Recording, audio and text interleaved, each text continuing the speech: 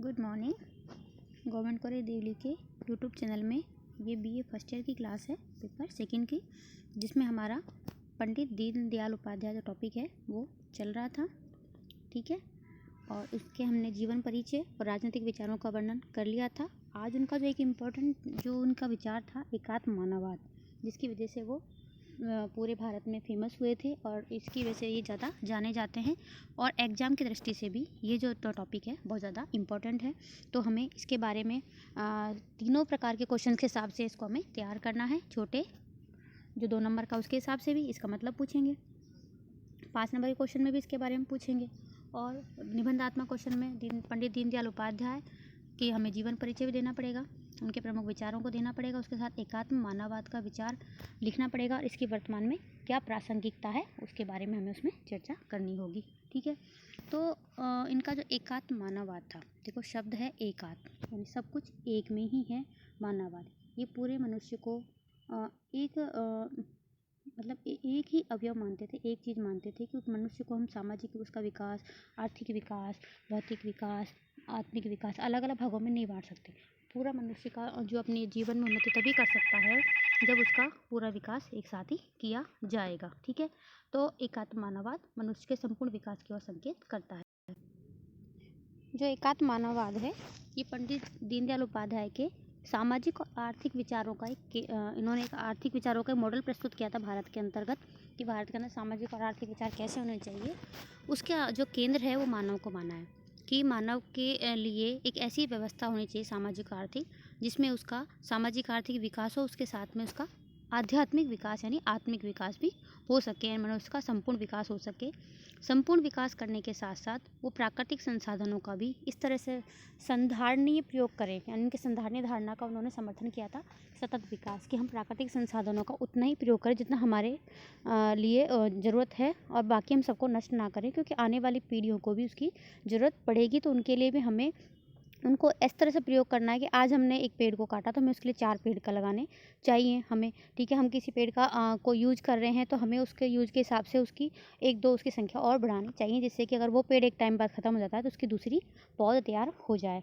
तो इस प्रकार उन्होंने ऐसा विचार दिया था। अपने विचार में उन्होंने सामाजिक आर्थिक एक मॉडल तैयार किया था विकास का।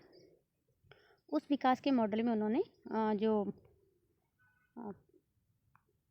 पूंजीवादी और जो मार्क्सवादी समाजवादी दोनों ही विचारधाराओं का उन्होंने विरोध किया था कि हम भारत में इनमें से कोई सी विचारधारा को नहीं अपना सकते हैं, बल्कि हमें एक ऐसी विचारधारा चाहिए जिसमें इन दोनों के गुण हों लेकिन इनके अवगुण नहीं हों।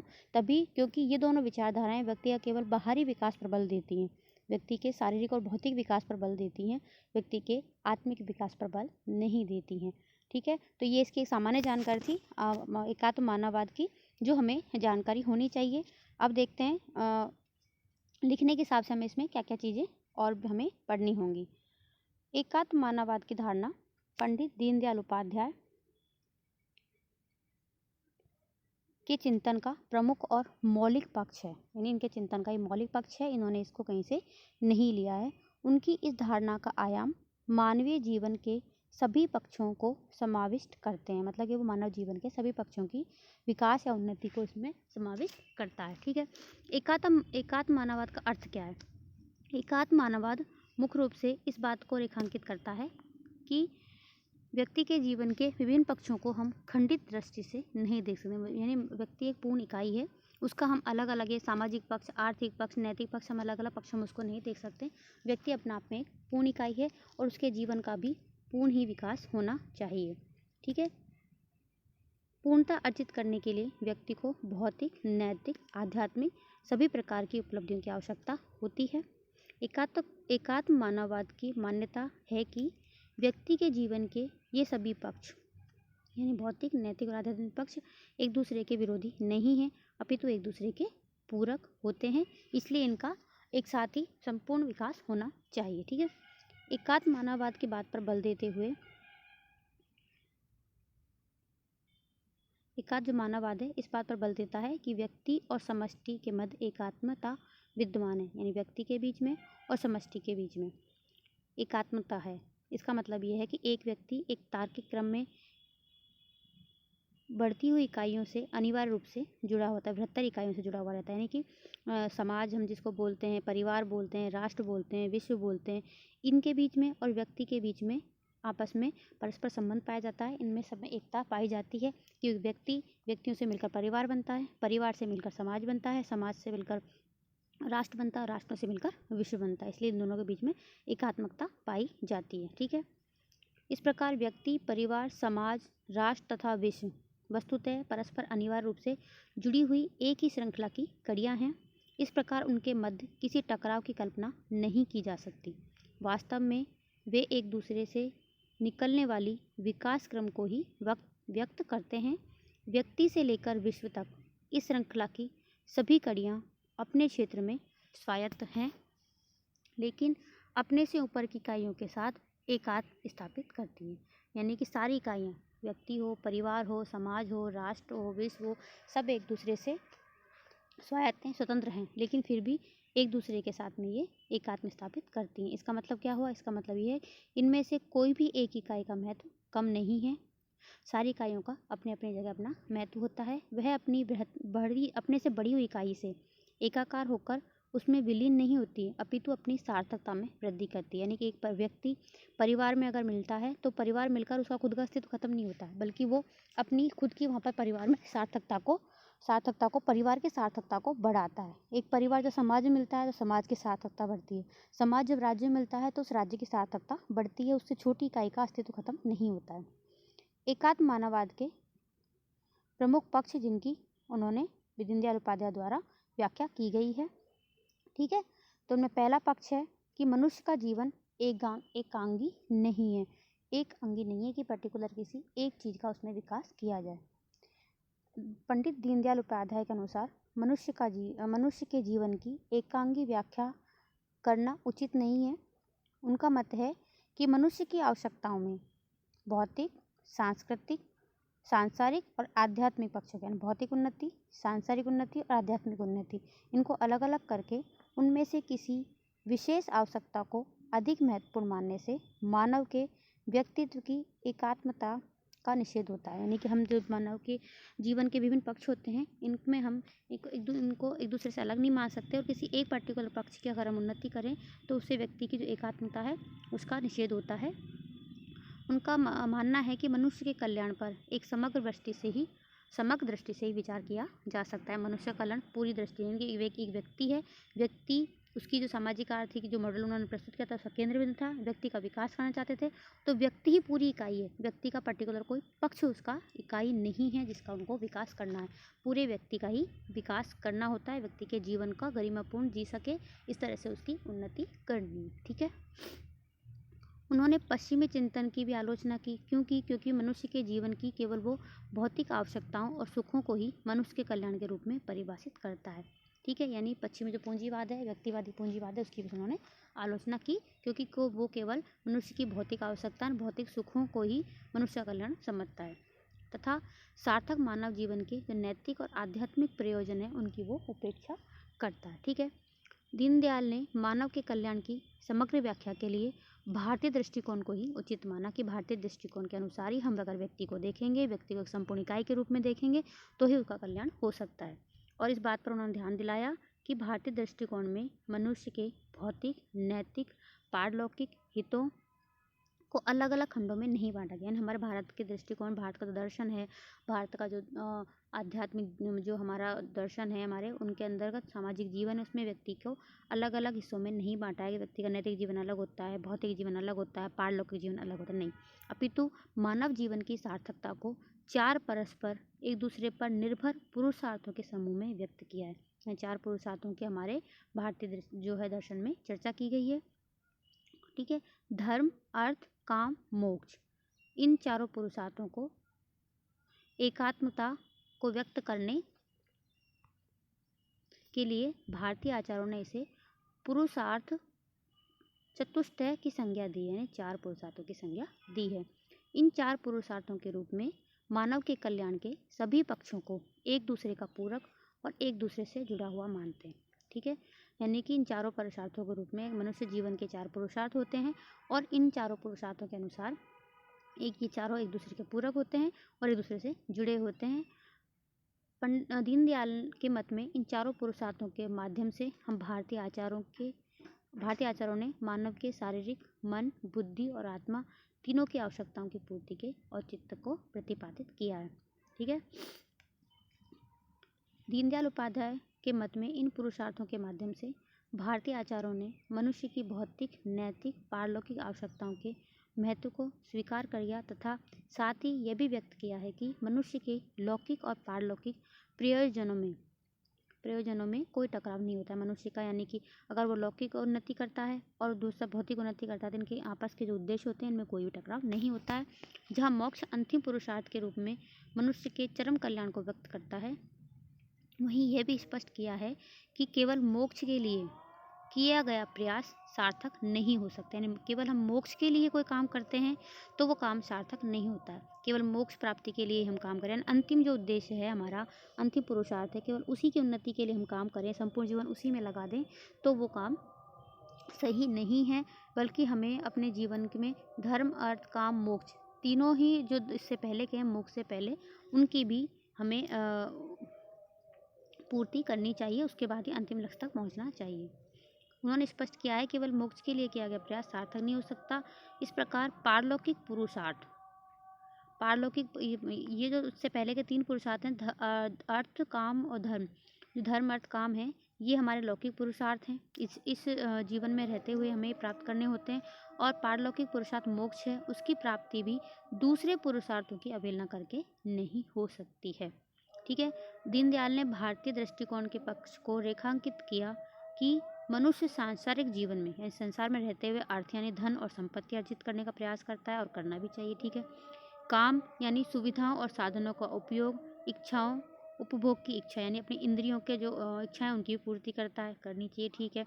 धर्म यानी औचित्य, नैतिकता और न्याय के सार्वभौमिक नियमों के अनुसार भी वो कार्य करता है। ठीक है, करनी चाहिए। इनके अनुसार नियंत्रित और मर्यादित जीवन अगर वो व्यतीत करता है उसके बाद ही वो मोक्ष का अधिकारी होता है। पहले ही वो मोक्ष का अधिकारी नहीं होता है कि मोक्ष प्राप्ति के लिए उन्होंने भगवान की पूजा कर ली, एकांत में जाकर उनका ध्यान कर लिया तो उससे मोक्ष की प्राप्ति नहीं हो सकती है। तीनों पुरुषार्थों को नियंत्रित और मर्यादित करके ही वो मोक्ष की प्राप्ति का अधिकारी हो सकता है। ठीक है।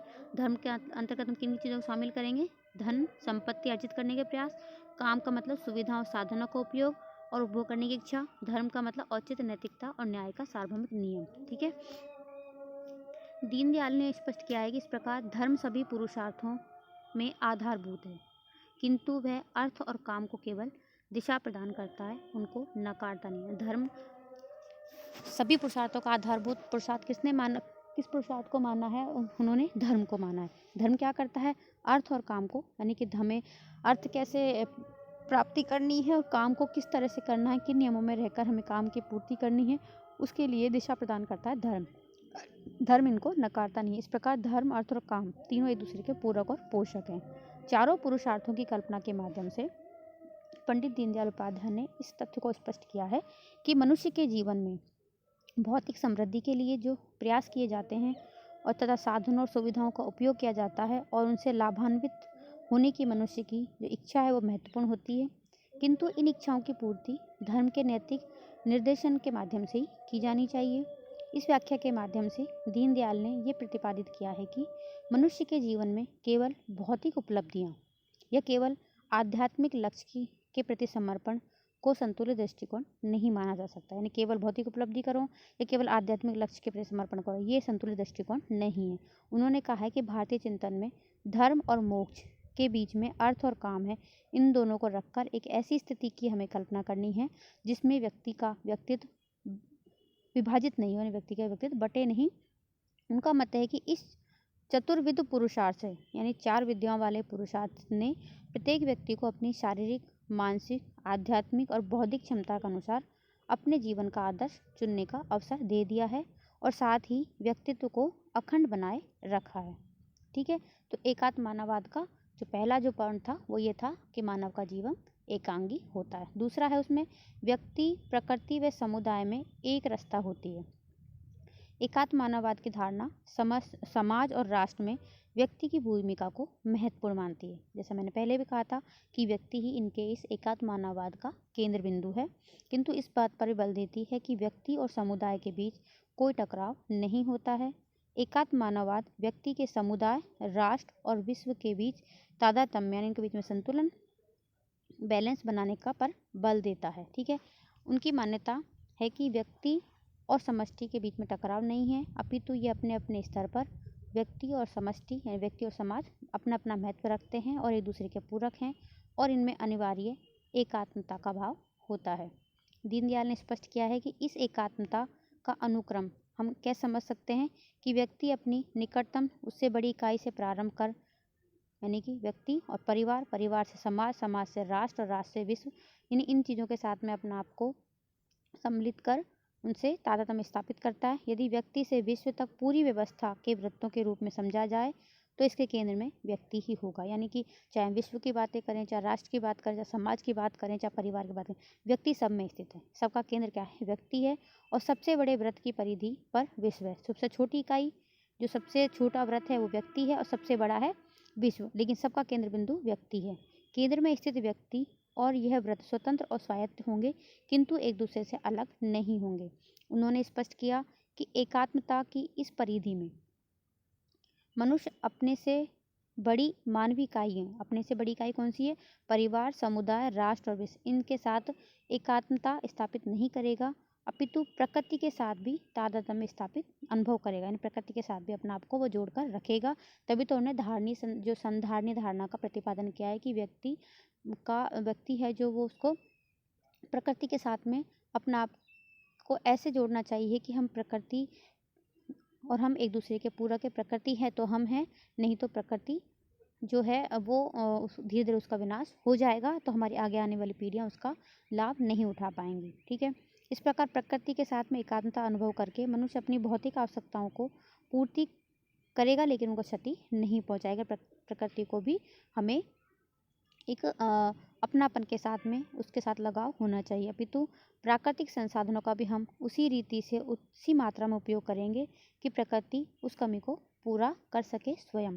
इतना हम प्रकृति से नहीं लेंगे कि प्रकृति अपना आप की पूर्ति नहीं कर सके। धीरे धीरे वो सारी चीज़ें प्रकृति से विलुप्त हो जाएं। जैसे यदि हम वृक्ष से फल लेते हैं तो वृक्ष को कोई हानि नहीं पहुंचाएंगे। वृक्ष से फल लेंगे, उसको पत्थर मार के हम फल लेते हैं, लेकिन उसकी डाली को नहीं काटेंगे, क्योंकि निश्चित समय में वृक्ष पर पुनः फल आ जाते हैं। किंतु यदि हम प्रकृति से तादात्म्य को भूलकर अमर्यादित व्यवहार करते हैं और वृक्ष को ही काट देते हैं, तो प्रकृति इस क्षति की पूर्ति स्वयं नहीं कर सकती। इसके लिए हमें एक की जगह 5 वृक्ष लगाने होंगे, तभी वो बैलेंस बन सकता है। मनुष्य के ऐसे व्यवहार से प्रकृति के साथ उसका जो तादात्म्य भंग होगा और एकात्म दृष्टिकोण के वो प्रतिकूल होगा। ठीक है, तीसरी उसकी धारणा है एकात्म मानववाद की कि मनुष्य मात्र की अनिवार्य एकता है। मनुष्य की एकता पर वो अनिवार्य रूप से विश्वास करते हैं। एकात्म मानववाद मूलतः इस आध्यात्मिक सत्य को स्वीकार करता है कि मानव मात्र एक ही ब्रह्म की चेतना में अनुप्राणित है। इस प्रकार मानव मात्र के हितों में अनिवार्य एकता है। इस विचार के माध्यम से एकात्म मानववाद विश्व के सभी मनुष्यों के मध्य अनिवार्य सौहार्द को व्यक्त करता है तथा वसुधैव कुटुंबकम के आदर्श को प्रतिष्ठित करता है। ठीक है, अब हम इसमें ये चर्चा करेंगे कि एकात्म मानववाद की वर्तमान में क्या प्रासंगिकता है, क्या नहीं, वर्तमान में भी ये कितना जरूरी है। आज विश्व की एक बड़ी जो आबादी है गरीबी में जीवन जी रही है। विश्व भर में विकास के कई मॉडल लाए गए हैं, लेकिन आशा के अनुरूप परिणाम अभी भी नहीं मिले हैं। अतः दुनिया को एक ऐसे विकास मॉडल की तलाश करना है जो एकीकृत हो और संधारणीय हो। संधारणीय का मतलब यही हो सतत विकास की हम वृक्ष को काटेंगे नहीं, बल्कि उसका केवल फल तोड़ेंगे और उस वृक्ष को नुकसान नहीं पहुंचाएंगे। प्रकृति के साथ में इस तरह विकास हमें करना है। एकात्म मानववाद ऐसा ही एक दर्शन है जो अपनी प्रकृति में एकीकृत और संधारणीय है।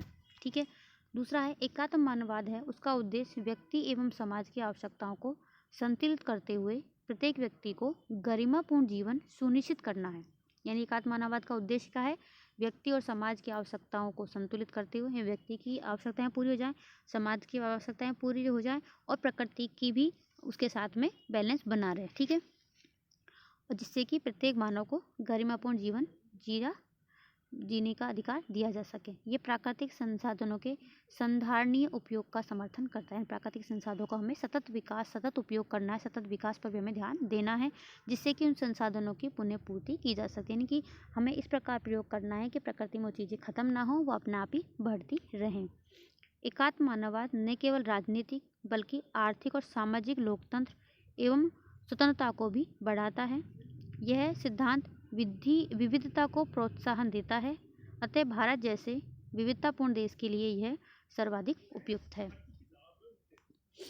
एकात्म मानववाद का उद्देश्य प्रत्येक मानव को गरिमापूर्ण जीवन प्रदान करना। यानी कि एग्जाम पूछ लेते एकात्म मानववाद क्या है या उसका उद्देश्य क्या है, ठीक है। एवं अंत्योदय अर्थात समाज के सबसे निचले स्तर पर स्थित जो व्यक्ति है उसके जीवन में सुधार करना है। इस प्रकार यह दर्शन भारत जैसे कल्याणकारी राज्य के लिए सदैव प्रासंगिक रहेगा। धन्यवाद।